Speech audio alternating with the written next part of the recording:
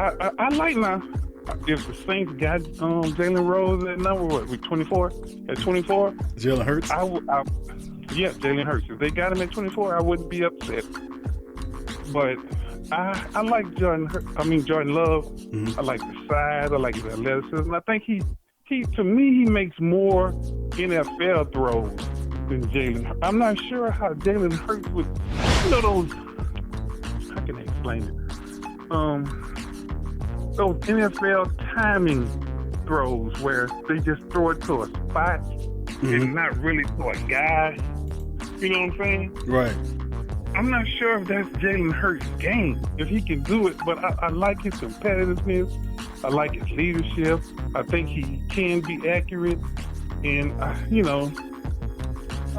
just like, I think Jordan Love is more of a NFL quarterback. What you think?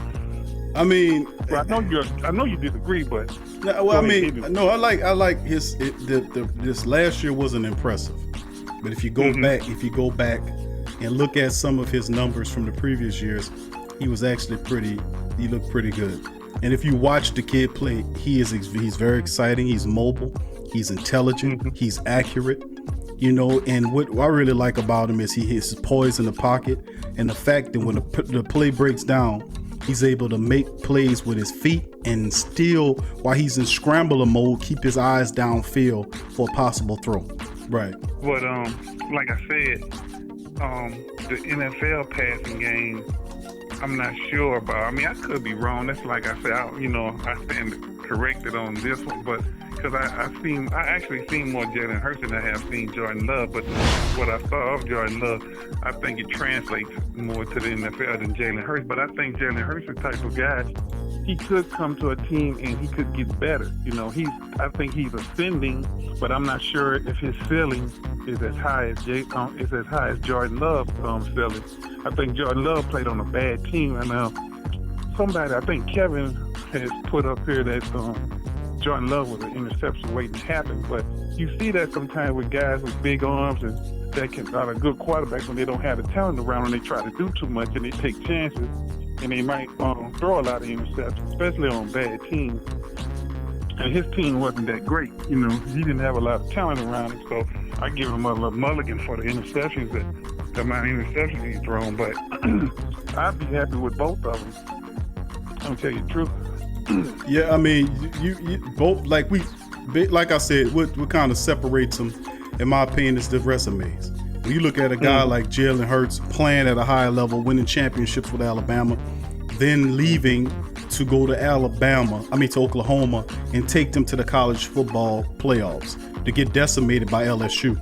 But the reality is, if you look at his statistics for that year, and we covered this on the previous show where we kind of went over the statistics of Jalen Hurts this past season, when what he did was he was a Heisman, one of the top Heisman guys there, if it wasn't for Joy B just stealing the show. So my perception is, like I said, if I'm an SEC guy, which I am, and I had an opportunity to self-scout a guy like Jalen Hurts for all these years and see what he did to us as an Alabama Crimson Tide member against LSU's defense, and then go up there to Oklahoma, I'm sold on him because I say, man, this dude's a top talent. The Saints have a bunch of situations that they shouldn't have been what they are. In my opinion, they should have had some contracts already ready for Ryan Ramczyk. You know what you got there. Marshawn Lattimore, you know what you got there. Demario Davis, you know what you got there. Right. Alvin Kamara, you know what you got there to a degree, until we seen what he turned out in third year. And some people say he dialed it back. And I was upset about it.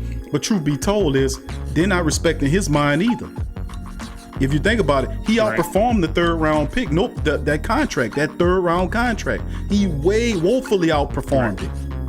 But the Saints are not coming with money in hand to say, bro, we see you balling out of control. Here go a nice contract. It's not the double digit that you want, but this is something we can give to you that can help us still be able to have talent around you and still be, but we showing you we respecting your mind. We're trying to make steps towards you. That's a different thing besides not doing a damn thing. I'm going to say this here, man. I'm going to leave. The Drew Brees quarterback situation. I've been thinking about it, and my question or my thought process, what is he coming back for? Is he coming back for money, or is he coming back to win? And if he's coming back to win, how can he hit the team up for $36 million? How can he hit the team up for $36 million if he's coming back? I mean, if he's coming back to win the championship for this 1 year? Because we ain't gonna be able to sign. It's gonna be hard to sign any free agents if he does that, especially with Kamara doing what he's gonna do. So, what's his motivation? If it's not to win a ring, is it just for the money? If not, just just move. I think he should just retire.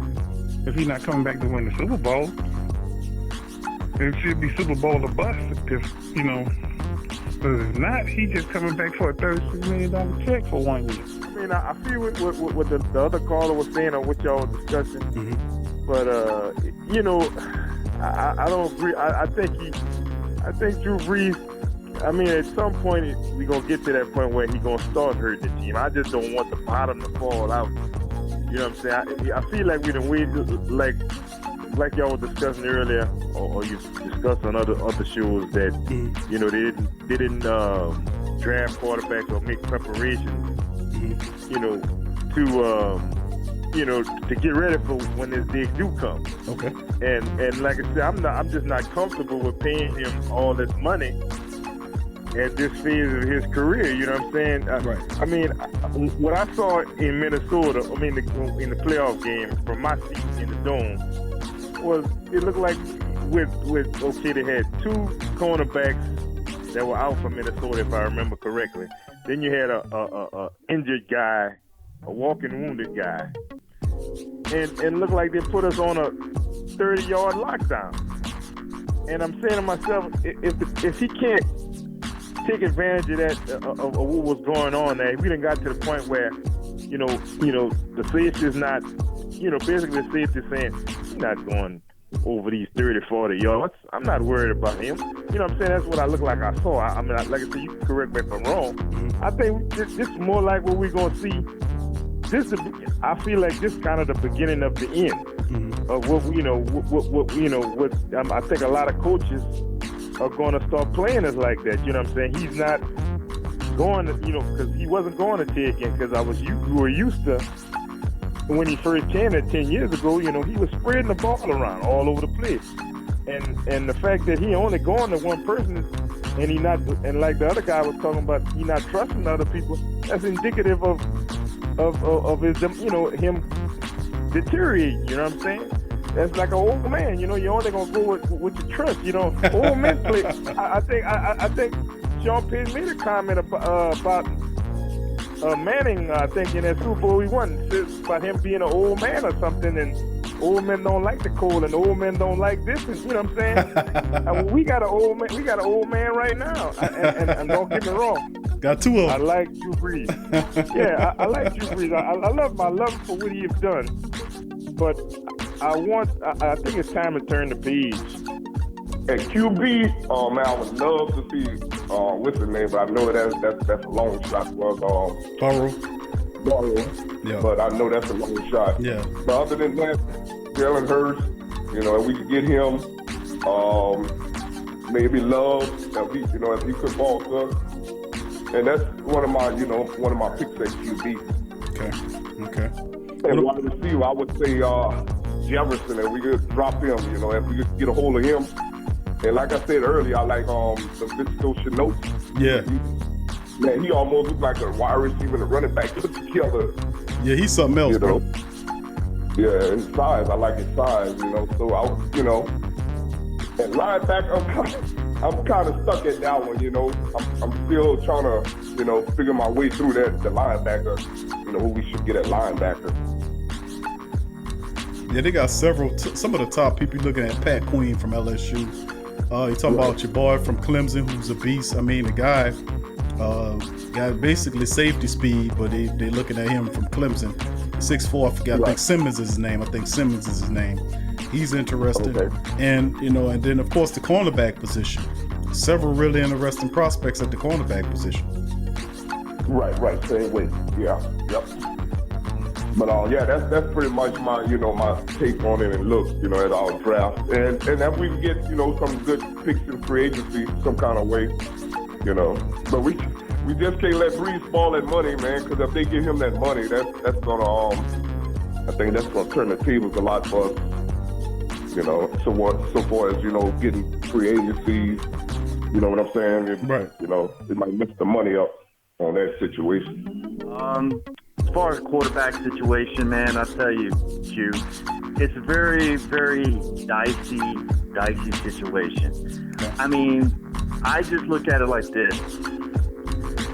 If the Saints can't bring other pieces to the table, if they're going to bring Drew back, and I don't believe that, I know that the $36 million has been thrown around. I really don't believe that that's really the number that he's going to get, because you just read a report that just came out about an hour ago.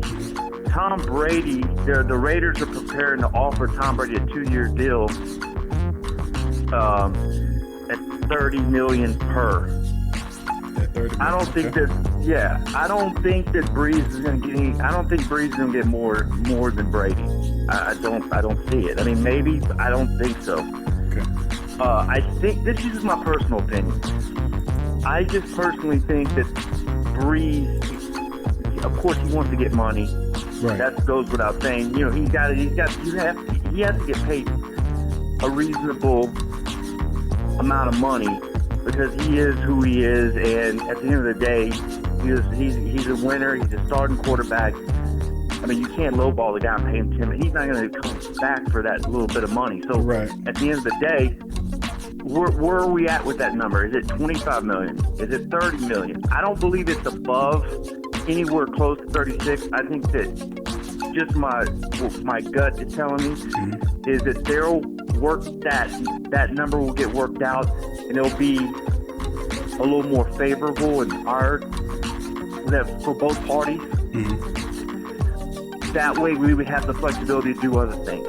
He knows if he takes the top dollar, and I don't even think the Saints are going to want to pay him that. If you're quite honest with me, I know they love him, but to pay him $36 million, that's just breaking the. I mean, you just can't do that.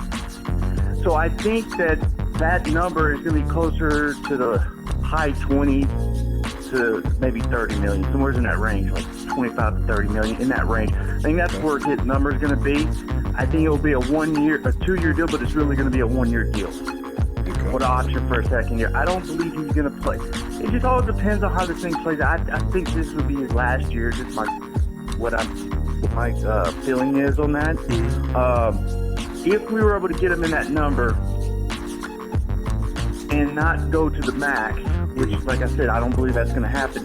What I wanted to tell you, Q, was a couple of shows ago, you were talking about a replacement for Drew Brees.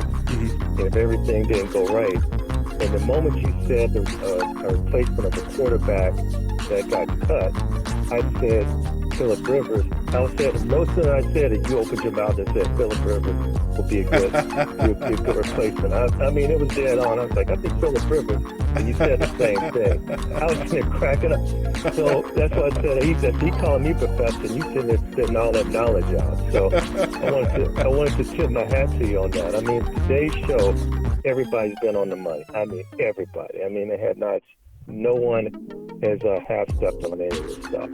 But what I want to tell you is you were dead on about Sean Payton lying. They interviewed him a couple weeks ago, and he talked about Taysom Hill was an unrestricted free agent. I was like, wait a minute. He is not an unrestricted free agent. He's a restricted free agent. So Sean Payton was lying big time about Taysom Hill being an unrestricted free agent. Everybody knows he's a restricted free agent. Right. I think personally, he's trying to drum up enough attention, for Taysom Hill to get him traded. He has no intention of making him a quarterback for the Saints. Yes. He has no intention, and Taysom Hill's playing along. He knows it, because if that's the case, he'd have had him as a starting quarterback when Drew got hurt. He put Teddy in there. So the bottom line is that they have no intention for Taysom Hill. He's going to be the gadget guy. And that's it. And if he thinks he's going to be a starting quarterback, he got to go to another team. Period, because he's too old. Number one, he's 30 years old. They need somebody a lot younger that has basically been doing the quarterback position only, not a tight end, running back, wide receiver, going for kickoff, doing all other stuff. If they had confidence in him, he's going to be a quarterback. He wouldn't be doing any of that stuff. Mm-hmm. So I think that with the Saints concerned, they need to find something younger, and they need to go on and break away from Drew Brees. Well, I agree with you, Q. I just sit here thinking as you were talking. And Mickey Lewis, he don't need Sean Payton. Him and Jibber Island need to go lock themselves up in his office. They need to get out their pencil and go through this draft board and have your first pick. And then they need to be thinking like I was doing. Okay, if this guy's not here, who's the second best guy we can get? Who's the third? And really go on down through here. Because like I said, your first pick is what everybody's going to be looking at. Right. At least the first two picks. Right. You know, you don't want to be like the Jets drafting Brady, a tight end. Come on now. You don't need to do no fool thing like that. You need to address your needs, not just so much you want. You know. Right. And I'm just hoping that Sean Payton is smart enough to do that. But if I was Mickey Loomis and Jibber Allen, I would lock him out the office. I said, look, hey, we understand, but listen, let us take this. We know who you like. We're gonna try to do what we can. Because if you let Sean Payton up in there, he lied to draft a punter from Arkansas somewhere. You know, I think he can punt it 90 yards, and we can all let that look. No, you stay out of this and let the real men that know how to do the draft and know how to sign the pick, let them make this decision. Because like you say, we don't need another gadget man. We don't need all that kind of stuff no more. Because it's your fault that we're in this situation to begin with. You know, and it's just not registering with Sean Payton. I mean, it's just, you know, like I said, you were talking about Bridgewater. I don't know if him and Sean Payton had words or him and Carmichael had words. Bridgewater, there's some kind of reason Sean Payton got sour on Teddy Bridgewater. I can't understand why. What you think it is? Like I said, it come to a point where we got to understand that, and we got to focus on that. But brother Paul, let's come about to the end of the stream, my friend. I appreciate you chiming in here, my man. Take it easy, I appreciate you, Q. Thank you, my friend. Appreciate you as well. Thank you, sir. Appreciate it. Who that to you? Who that? That's brother Paul. And that'll become. We getting to the end of the show, family. I thank everybody for joining us on the Sports Coma, man. We doing good, man. We done had a 4 hour and 30-minute show. So once again, thank the family members for joining us today in the live chat, man. Y'all are terrific. Thank Brother Paul from Mississippi, Brother Ernest, the professor, and the historian Paul for chiming in today. DLP 2600, Jermaine Scobie, first-time caller. Glad to hear you in there, family. Hennessy Bastion. Good to see Hennessy call. He's a first-time caller, too. And my boy, Revolt Control, out in ATL by way of Baton Rouge. So good to see the family members chime in. Great conversations of thought process in the Great Saints Think Tank.